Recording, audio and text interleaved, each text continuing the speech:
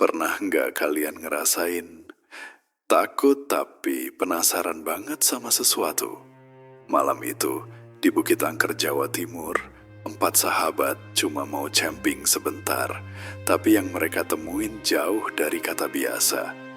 Bayangan putih, suara tawa misterius, dan bisikan yang bikin bulu kuduk berdiri. Semuanya nyata. Kali ini, gue bakal cerita satu pengalaman horor yang bener-bener bikin lo ngerasa ada yang ngeliatin dari balik kabut. Jadi, siapin diri lo, karena ini bukan sekadar cerita hantu biasa. Malam itu hawa dingin menusuk tulang di sebuah warung kecil di kaki bukit di daerah Jawa Timur. 4 pemuda, Bagas, Tio, Randy, dan Doni, sedang duduk sambil menikmati kopi hitam sebelum memulai pendakian singkat. Rencana mereka sederhana, naik ke Bukit Angker, camping di pos 1, lalu turun saat pagi. Tapi, suasana di malam itu terasa aneh. Pemilik warung, lelaki tua bernama Pak Karno, sejak tadi memperhatikan mereka dengan tatapan penuh beban. "Kalian beneran mau naik malam ini?" tanya Pak Karno pelan. Randy langsung menjawab santai, "Iya Pak, tenang aja, kami cuma mau santai doang." "Nggak usah khawatir," Pak Karno tidak tertawa. Padahal, biasanya obrolan ringan akan mencairkan suasana. Ia malah menatap mereka lebih dalam. Bukit itu bukan tempat buat main-main. Sudah banyak orang yang hilang di sana. Kata-kata itu membuat Bagas menoleh penasaran. "Maksudnya, hilang gimana Pak?" Tersesat, Pak Karno menggeleng lemah. "Ada yang hilang bertahun-tahun gak ketemu. Ada juga yang pulang, tapi bukan lagi dirinya." Tio tiba-tiba menyandarkan tubuhnya ke kursi kayu. "Loh, kok serem gitu bahasanya? Maksudnya, bukan jadi dirinya apa?" Pak Karno menjawab lirih, "Kosong, kayak raganya hidup, tapi jiwanya ketinggalan di bukit itu." Doni terkekeh kecil, berusaha menertawakan suasana yang mulai tegang. "Ah, paling cerita warga aja itu Pak. Namanya juga hutan, pasti banyak misteri." Tapi Pak Karno tidak berubah ekspresi. "Ini bukan cerita, ini peringatan," ucapnya mantap. "Kalau kalian tetap nekat naik, ingat 3 hal. Jangan pisah jauh-jauh, jangan sombong soal makhluk gaib, dan paling penting, kalau kalian dengar suara perempuan nangis, jangan sekali-kali ditanggapi." Tio malah tergelak. "Heh, kalau ada yang nangis, malah gue sapa. Siapa tahu jodoh Pak Karno." Langsung menghentikan tawanya.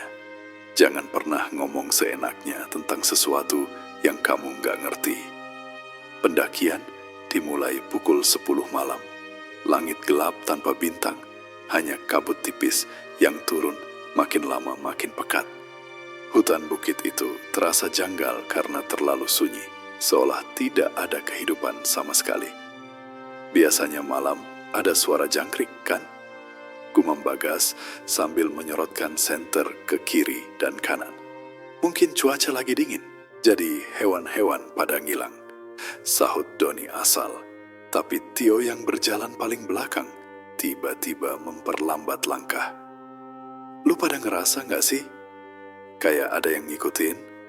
Randy langsung menimpali dengan nada mengejek. "Udah yo, jangan parno duluan. Baru juga jalan." Setelah hampir 1 jam naik, mereka tiba di sebuah tanah lapang kecil yang cocok buat mendirikan tenda. Saat mereka sedang memasang peralatan camping, tiba-tiba Tio berdiri diam mematung dan menatap ke arah gelap di antara pepohonan. Katanya pelan, "Lu pada dengar sesuatu nggak?" Randy menghentikan pekerjaannya. "Hah? Apaan?" Tio menelan ludah sebelum menjawab, "Kayak suara orang ketawa, tapi jauh." Doni langsung tertawa keras. "Halayo, mental lu kagak usah lumer duluan." Tapi Bagas justru merasa tidak enak. Ia tidak mendengar suara apapun, tapi hawa di sekitar mereka berubah. Seolah ada sesuatu yang tidak terlihat sedang memperhatikan dari balik kegelapan.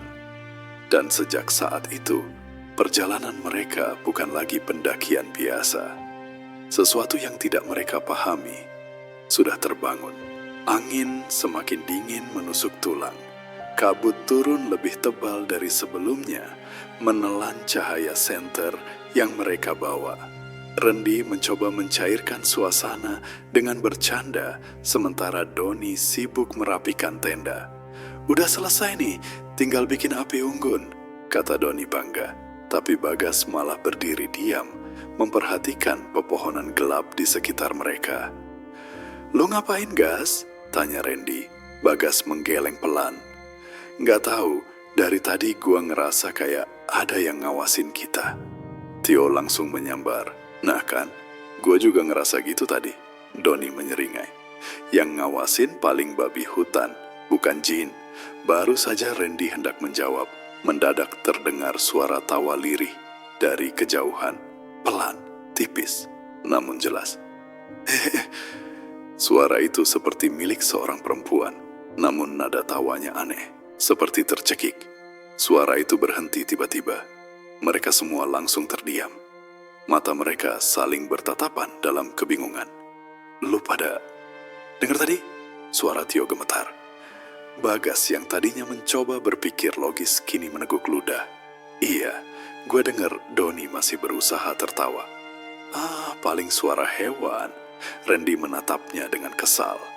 "Hewan apaan yang suaranya ketawa, tolol?" Tiba-tiba daun semak bergetar, seperti ada yang bergerak cepat melewatinya. "Sst, dengar," bisik Bagas sambil menyorotkan senter ke arah semak. Tidak ada apa-apa, hanya kabut dan pepohonan yang berdiri diam. Namun, suasana berubah sangat mencekam. Hening, tidak ada suara angin, tidak ada suara serangga, seolah hutan menahan napas. "Bro, gua nggak enak nih," kata Tio sambil mundur sedikit dari tepi hutan. Doni justru tertawa kecil lagi. "Lu penakut amat sih. Ini hutan, wajar ada suara-suara." Namun Randy menggeleng. "Bukan soal itu. Bukannya tadi Pak Karno bilang kalau dengar suara perempuan nangis atau ketawa, jangan ditanggapi." Mereka saling berpandangan, dan Doni yang paling keras kepala akhirnya terdiam. "Udahlah," kata Bagas akhirnya. "Kita bikin api unggun aja dulu. Jangan mikirin macem-macem." Mereka mengumpulkan ranting kayu dan menyalakan api kecil.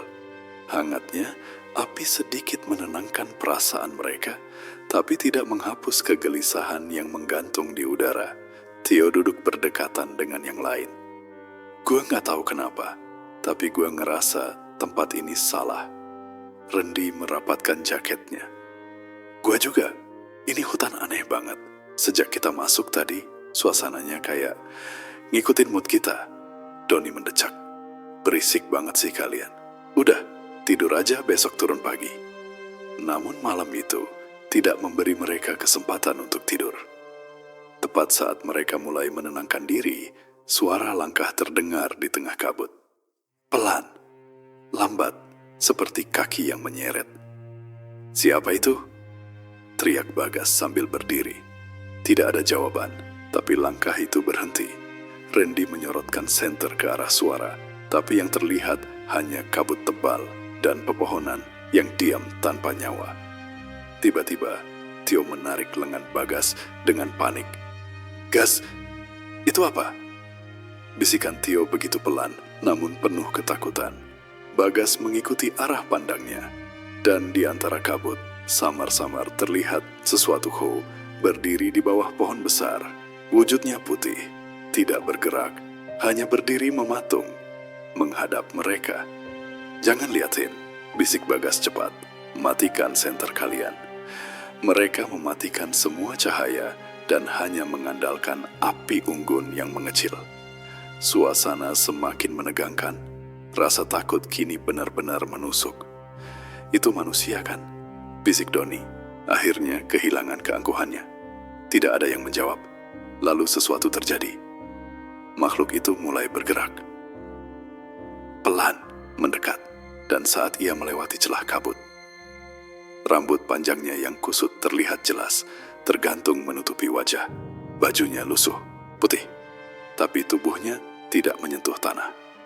Ia melayang pelan, sedikit demi sedikit, menuju mereka. Tio menutup mulutnya, menahan teriakan. Randy gemetar hingga lututnya berbunyi. Doni memegangi dadanya yang berdegup liar.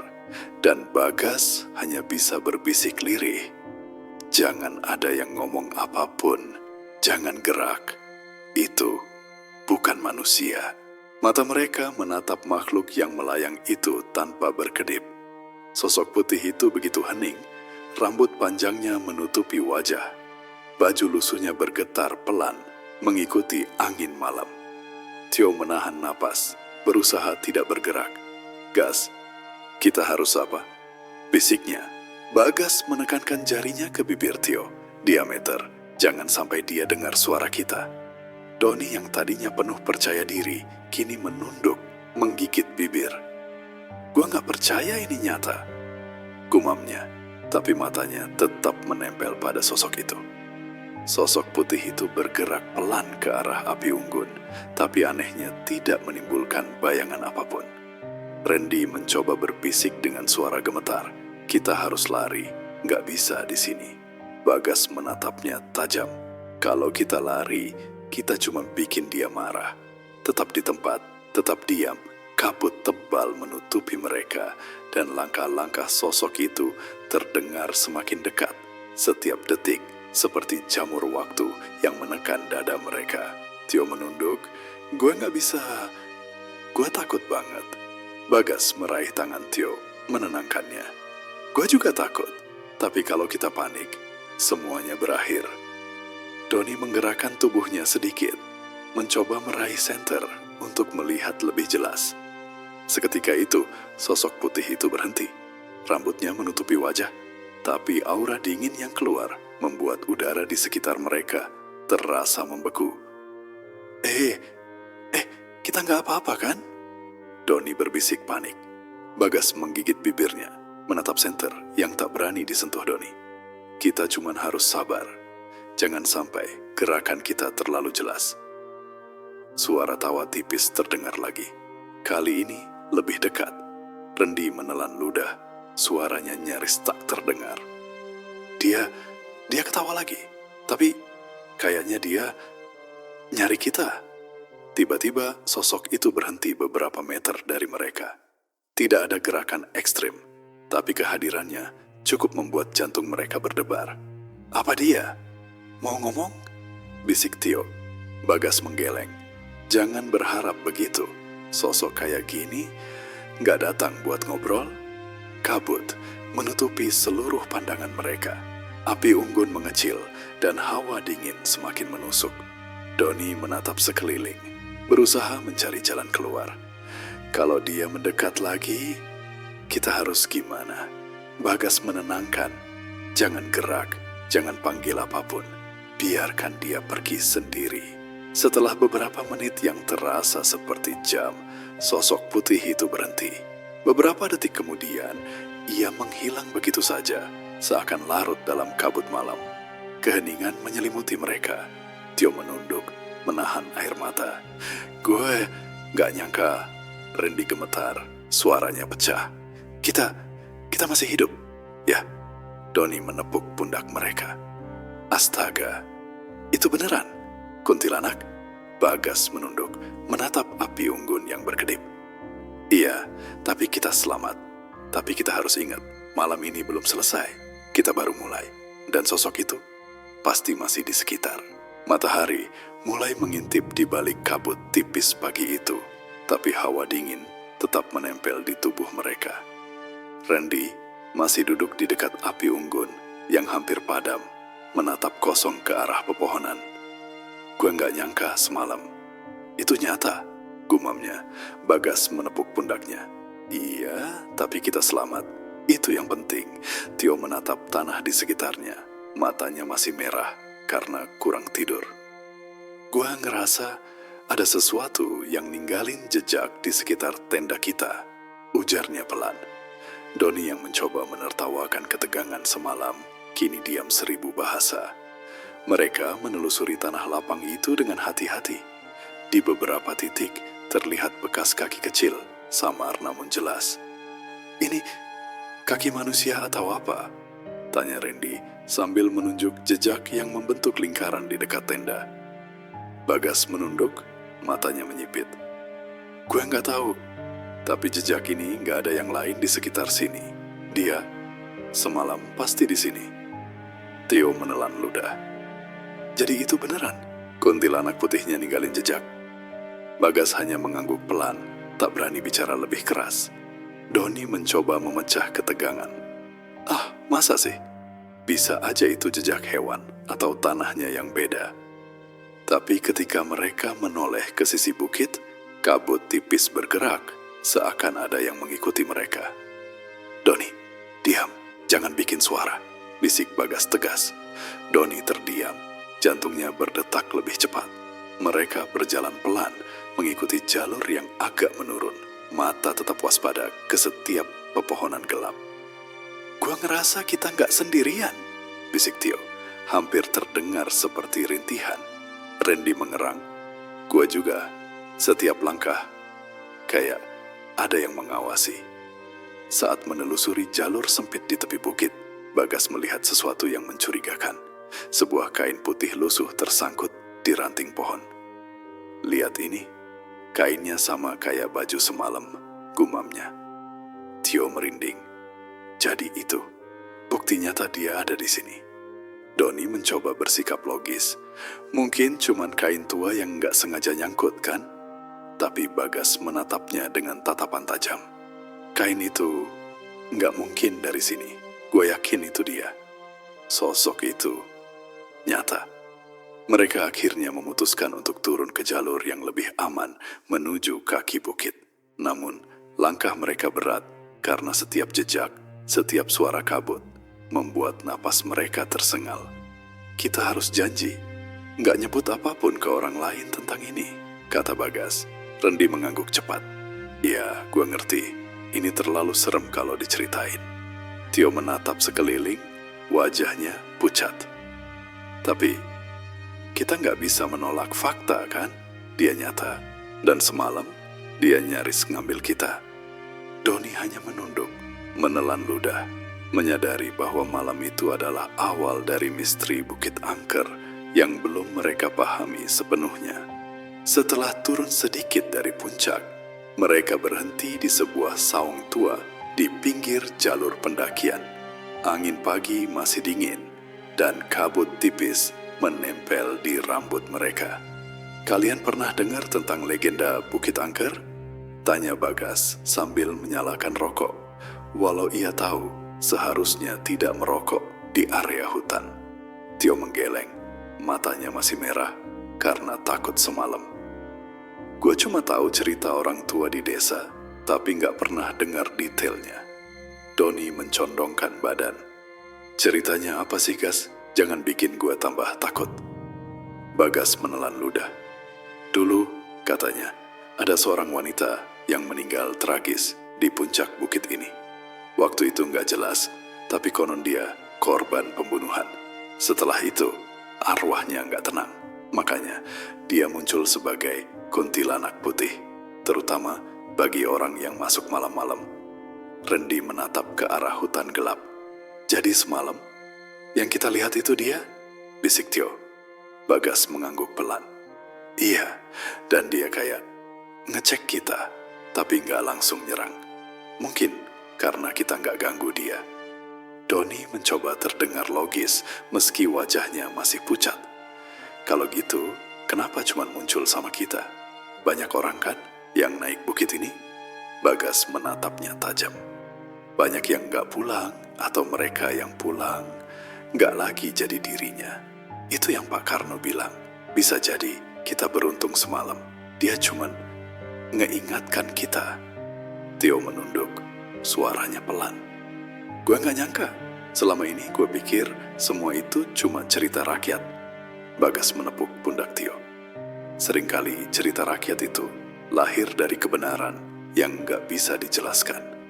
Randy menatap kain putih yang sempat mereka temukan di ranting pohon tadi. Jadi, itu bukti nyata. Dia pernah di sini. Bagas mengangguk, wajahnya serius. Iya, jangan pernah meremehkan bukit ini. Kabut, hutan, suara. Semua itu bagian dari dunia dia. Kalau kita respect, kita aman. Kalau enggak, ya kita tahu sendiri risikonya. Doni menelan ludah, menggigit bibirnya. Gue janji, gue gak bakal buat masalah lagi. Gue cuman pengen turun dengan selamat. Tio menatap jauh ke pepohonan. Gue rasa semalam kita sudah diuji. Dan kita selamat. Tapi jangan sampai kita lupa. Mereka melanjutkan perjalanan menuruni bukit. Langkah lebih hati-hati dari sebelumnya. Meski siang mulai muncul, rasa takut masih menghantui. Setiap daun yang bergoyang membuat mereka berhenti sejenak. Kita harus ingat semua yang semalam, dan jangan cerita ke orang lain sembarangan. Kata Bagas lagi, ini bukan buat ditakut-takuti, tapi buat dihargai. Rendi mengangguk. Doni dan Tio juga diam setuju. Bukit Angker memang menyimpan misteri yang tidak semua orang bisa pahami. Dan sosok kuntilanak putih akan tetap menjadi penjaga rahasia di antara kabutnya. Meski siang mulai terang, kabut tipis masih menempel di jalur pendakian. Bagas memimpin rombongan, tapi langkah mereka terasa berat karena ketegangan semalam belum hilang. Tio menoleh ke belakang beberapa kali, wajahnya masih pucat. Gua ngerasa ada suara bisikan, bisiknya. Doni menatapnya heran. Bisikan apaan? Lu mulai halu lagi, yo. Tio menggeleng, suaranya gemetar. Bukan halu, gua beneran dengar. Kayak nyebut nama kita. Rendi berhenti sejenak, menekankan tangannya ke dahi. Gua juga dengar, tapi suaranya samar banget.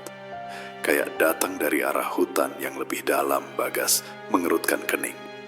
Jangan diabaikan, sosok semalam gak muncul sia-sia. Bisikan itu mungkin peringatan. Mereka semua berjalan lebih pelan, hati-hati menapaki akar pohon dan tanah yang lembab. Kabut makin tebal, menutupi pandangan hingga beberapa meter saja. Saat mereka melewati sebuah jurang kecil, suara itu terdengar lebih jelas. Bagas, Tio, Rendi, Doni. Suara perempuan itu begitu lembut tapi menakutkan, seperti memanggil mereka. Tio menutup mulutnya dengan tangan. Gila, dia panggil kita. Doni yang biasanya berani, kini menunduk dan menggenggam tangan Bagas. Kita harus pergi dari sini, sekarang juga. Bagas menatap ke arah kabut, mencoba menenangkan diri. Tenang, jangan panik. Ikuti jalur, jangan respon panggilan itu. Rendi menunjuk ke arah sebuah pohon tua di sisi jalur. Lihat itu, kayak ada simbol aneh di batangnya. Bagas mendekat, menatap simbol yang terukir kasar di pohon. Ini bukan simbol biasa. Mungkin bagian dari ritual lama yang nempel sama sosok putih itu. Tio menelan ludah. Jadi semalam, bukan cuman kebetulan. Kita kayak ditunjukin sesuatu. Doni mengangguk. Rasa takutnya berganti penasaran. Apa maksudnya? Kita harus cari tahu. Langkah mereka makin hati-hati mengikuti jalur setapak.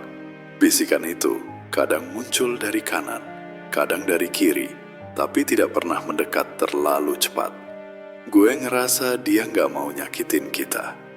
Cuman mau bikin kita ngerti, kata Bagas. Mungkin ada sesuatu yang harus kita temuin di bukit ini. Tio menggigit bibir, suaranya pelan. Apa kita siap? Bagas menatap sekeliling, kabut tebal menelan puncak dan lembah. Kita nggak punya pilihan lain. Kita harus terus, tapi jangan sampai ceroboh. Sosok itu masih di sini, dan dia nggak sendirian. Kabut pagi makin menebal saat mereka menapaki jalur sempit di sisi bukit. Langkah mereka pelan, tapi setiap suara daun bergesek membuat jantung mereka berdetak lebih cepat. Gue ngerasa ada sesuatu, atau seseorang ngikutin kita, bisik Tio. Bagas menoleh, matanya tajam menembus kabut. Hati-hati, jangan sampai kita kehilangan jalur Doni yang biasanya santai, kini menggenggam senter erat. Gue gak pernah ngerasain takut kayak gini sebelumnya, gumamnya. Beberapa menit kemudian, mereka melihat bayangan gubuk tua di antara pepohonan. Kayu lapuk dan atapnya nyaris runtuh, tapi aura aneh mengelilinginya. "Itu, ada orang tinggal di sana?" tanya Randy. Bagas mendekat hati-hati, tangan tetap menenteng senter. "Nggak tahu, tapi rasanya bukan orang biasa." Tio menahan napas. "Gua rasa ini tempat semalam ada hubungannya sama sosok putih itu." Doni mengangkat bahu. "Ya udah, kita cek sebentar. Tapi jangan lama-lama." Mereka mendekati pintu gubuk yang setengah terbuka. Bau lembab dan tanah basah menyergap hidung mereka. "Lihat di dalam, ada simbol sama kayak di pohon tadi," bisik Bagas sambil menyorot senter ke dinding kayu. Tio menelan ludah. "Apa ini tempat ritual?" Randy menatap sekeliling, matanya melebar. "Kalau iya, kita nggak boleh ganggu apapun." Doni menatap ke langit-langit. Gua merinding. Entah kenapa, rasanya ada mata yang ngeliatin kita dari kegelapan. Saat mereka menjelajahi gubuk, Bagas menemukan sebuah kotak kayu tua. "Lihat ini, ada surat dan foto tua," bisiknya. Randy mengambilnya dengan hati-hati. Foto itu memperlihatkan seorang wanita berpakaian putih, tersenyum tipis, tapi matanya seolah menatap langsung ke mereka. "Itu dia." Tio terkejut. "Makhluk semalam. Ini buktinya." Bagas mengangguk, wajah serius. "Iya, ini bukan kebetulan. Sosok itu ada hubungannya sama wanita di foto ini. Mungkin ini arwahnya." Doni menatap foto sambil gemetar. "Kalau begitu, dia nggak cuma ngikutin kita semalam, tapi ngajak kita ngerti sesuatu." Bagas menutup kotak pelan. "Benar, sosok itu nggak menakut-nakuti tanpa alasan. Dia cuma pengen kita tahu tragedi lama di bukit ini. Kita selamat karena kita nggak ganggu dia. Tapi kita harus ingat, rahasia ini harus dijaga." Tio menunduk, menatap kabut di luar gubuk. "Bukit ini memang angker, tapi sekarang gue ngerti ada kisah di balik sosok putih itu." Mereka meninggalkan gubuk tua dengan hati-hati, membawa kotak kayu dan foto wanita itu. Kabut masih menyelimuti jalur, membuat jarak pandang hanya beberapa meter. "Gua ngerasa dia masih ngikutin kita," bisik Tio sambil menggenggam tangan Bagas. Bagas menatap sekeliling, wajah tegang. "Iya, jangan bicara terlalu keras. Sosok itu mungkin cuma pengen kita ngerti sesuatu, tapi dia bisa marah kalau kita sembrono." Doni menelan ludah. "Aduh, gue gak nyaman lagi. Gue pengen cepet turun." Beberapa langkah kemudian, terdengar suara tawa tipis lagi. Kali ini, lebih dekat dan lebih jelas. "Hehehe, kalian jangan takut. Gue cuma pengen kalian ngerti." Suara itu bergema di antara pepohonan. Randy gemetar. "Itu dia, sosok putih itu." Tio menekankan tangan Bagas. "Gue nggak bakal lihat dia langsung, Gas." Bagas menatap kabut tebal, mencoba menenangkan diri. "Cuman lihat dari jauh, jangan gerak." Sosok kuntilanak putih muncul di depan mereka, melayang pelan. Baju lusuhnya putih bersih, rambut panjang menutupi wajah. Ia tidak menyerang, tapi matanya terlihat menatap Bagas dan teman-temannya seolah ingin menyampaikan sesuatu. "Apa yang dia mau?" bisik Doni. Bagas menunduk, memikirkan pesan dari kotak dan foto tadi. "Dia pengen kita ngerti tragedi lama bukit ini. Dia nggak bermaksud nyakitin, cuman mengingatkan." Tio masih gemetar. "Gue nggak bakal lupa malam ini, Gas. Gue janji, kuntilanak itu melayang mendekat. Tapi kali ini ia berhenti, menatap kotak kayu di tangan Bagas. Angin malam berdesir, rambutnya bergerak mengikuti gerakan halus. "Dia mau kita bawa ini keluar," bisik Bagas. Randy mengangguk. "Artinya, kita harus menjaga rahasia ini. Ini bukan benda biasa. Ini hubungannya sama sosok itu." Doni menatapnya bingung. "Jadi, dia kasih kita tugas?" Bagas mengangguk. Iya, supaya tragedi lama ini nggak dilupakan, tapi juga nggak ada yang diganggu. Setelah beberapa saat, sosok putih itu perlahan menjauh, menembus kabut, dan lenyap begitu saja. Suasana hening kembali, tapi mereka semua masih terpaku. Tio menunduk, suaranya pelan. Gue nggak nyangka kita bakal selamat. Bagas menepuk pundak mereka. Kita selamat, tapi ingat, kita harus hormati rahasia ini. Bukit ini tetap angker, tapi kalau kita menghargai, dia nggak akan ganggu kita lagi. Doni menarik napas panjang. Gue janji, gue bakal jaga rahasianya. Randy menatap ke arah bukit yang kini mulai terang karena matahari pagi. Ini pengalaman paling gila dalam hidup gue. Tapi gue bersyukur masih bisa cerita sama kalian. Matahari mulai meninggi, tapi kabut tipis masih menempel di jalur pendakian. Langkah mereka terasa berat, bukan karena lelah, tapi karena ketegangan semalam masih menghantui. Gue ngerasa kita nggak sendirian, bisik Tio, menatap pepohonan yang bergoyang pelan. Bagas mengangguk, tetap memimpin rombongan. Jangan panik, sosok itu udah ngasih pesan. Kita harus tetap tenang, sampai-sampai kaki bukit Doni menelan ludah. Suaranya pelan, tapi gue masih ngerasa ada yang ngikutin dari belakang. Beberapa langkah kemudian, Randy berhenti tiba-tiba. Lihat itu, katanya, sambil menunjuk bayangan putih yang samar di antara pepohonan. Sosok itu tidak bergerak terlalu cepat, hanya mengambang pelan, tetap menjaga jarak dari mereka. Tio menelan ludah, hampir berbisik, dia masih ngikutin kita. Bagas menegakkan badan, menenangkan mereka. Iya, tapi jangan gerak terlalu cepat. Biarkan dia tetap jauh. Kita cuma harus fokus turun. Doni mengangguk, menggenggam senter erat. Setelah beberapa menit, suara tawa tipis terdengar lagi. Kali ini lebih lembut, seperti membisikkan kata-kata yang tidak jelas. Ingat, rahasiakan. Suara itu hilang secepat munculnya. Tio menunduk, wajah pucat. Dia benar-benar ada, gumamnya. Randy mengusap keringat dingin di dahinya. Ini lebih dari yang gue bayangin. Gue nggak bakal lupa pengalaman ini seumur hidup. Bagas menatap kabut yang perlahan menipis. Ingat kata-katanya. Kita harus hormati rahasia ini. Saat mereka semakin dekat ke kaki bukit, Doni berhenti sejenak, menatap ke belakang. Kalian ngerasa nggak? Rasanya dia mengiringi kita sampai bawah? Bagas mengangguk pelan. Iya, tapi dia nggak ganggu. Itu tandanya kita dihargai karena nggak sembarangan. Tio menatap daun-daun yang bergoyang, matanya berkaca-kaca. Gue nggak pernah nyangka bisa selamat dari malam itu. Tapi gue lega, kita semua selamat. Randy menghela napas panjang, gue juga. Tapi ini pengalaman yang bakal terus nempel di kepala gue. Akhirnya mereka sampai di kaki bukit.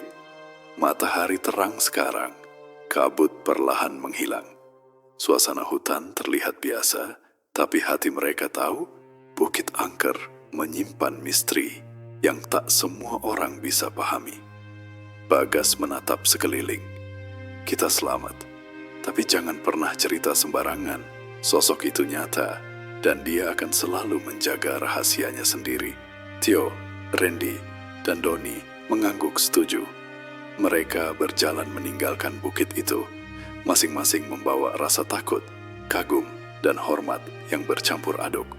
Tapi satu hal jelas, malam itu dan sosok kuntilanak putih akan selalu membayangi memori mereka. Mereka akhirnya meninggalkan kaki bukit angker, langkah pelan tapi lega. Matahari semakin tinggi, menyinari jalan setapak yang semalam diselimuti kabut dan ketakutan. Bagas menatap teman-temannya. Kita selamat, tapi ingat, jangan cerita ke sembarang orang. Rahasia ini harus tetap kita jaga. Tio mengangguk pelan, suaranya masih gemetar. Iya, gue gak bakal lupa pengalaman semalam. Doni menatap sekeliling hutan yang kini terlihat damai. Gue masih gak percaya itu nyata, tapi gue ngerasain energi. Dia beneran ada. Randy membuka kotak kayu yang mereka bawa dari gubuk tua. Foto wanita putih itu masih tersimpan di dalam, tampak menatap mereka dari masa lalu. Ini kayak bukti hidupnya dia, gumamnya. Bagas menatap foto itu serius. Bukan cuma bukti, ini pengingat. Bukit Angker gak cuma angker karena cerita, tapi karena ada sejarah yang harus dihormati.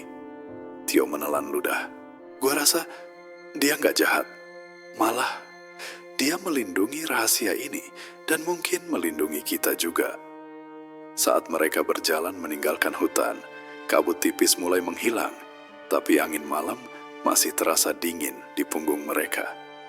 Doni berhenti sebentar, menatap punggung bukit. Gue ngerasa dia masih ngeliatin kita, tapi gak marah. Kayak bilang, kalian selamat karena kalian menghargai. Bagas tersenyum tipis. Iya, malam itu mengajarkan kita banyak hal. Takut itu wajar, tapi rasa hormat lebih penting. Tio mengangguk, menghirup udara pagi yang segar, tapi tetap terasa misterius. Ketika mereka sampai di jalan utama, desa mulai terlihat dan suara kehidupan normal kembali terdengar. Randy menatap teman-temannya. Kalian ngerasa nggak? Pengalaman ini kayak mimpi. Bagas tersenyum sambil menepuk bahu mereka. Bukan mimpi, ini nyata. Dan kita beruntung bisa selamat, belajar menghargai rahasia Bukit Angker. Sosok putih itu akan tetap menjadi misteri, tapi setidaknya kita mengerti sedikit tentang dia. Doni tersenyum lega. Kalau gitu, gue janji, rahasia ini gak bakal gue ceritain ke siapapun. Mereka berjalan meninggalkan bukit, membawa rasa takut, kagum, dan hormat yang bercampur aduk. Meski dunia terlihat normal di luar hutan, pengalaman mereka tetap hidup dalam ingatan. Sosok kuntilanak putih itu tak lagi menakutkan, tapi menjadi pengingat. Bukit Angker menyimpan misteri yang hanya bisa dihargai oleh mereka yang menghormatinya. Dan meski mereka selamat, rahasia itu tetap hidup, menunggu orang berikutnya yang berani datang, namun selalu diingatkan untuk tidak meremehkan kekuatan yang tak terlihat. Dan itulah kisah mereka di Bukit Angker, tempat yang gak semua orang berani datengin. Sosok kuntilanak putih itu nyata, tapi bukan untuk nyerang. Dia cuma pengingat, penjaga rahasia yang terlalu berat buat diungkap sembarangan. Kalau lo pernah naik bukit sendiri, ingat, jangan pernah meremehkan suara, bayangan, atau kabut yang tiba-tiba muncul. Kalau lo suka cerita kayak gini, jangan lupa klik subscribe, tekan tombol like, dan share ke temen lo yang doyan horor. Siapa tahu, suatu malam nanti, lo juga bisa ngerasain sensasi horor yang sama. Tapi ingat, hormatinya aja ya, jangan sampai diganggu.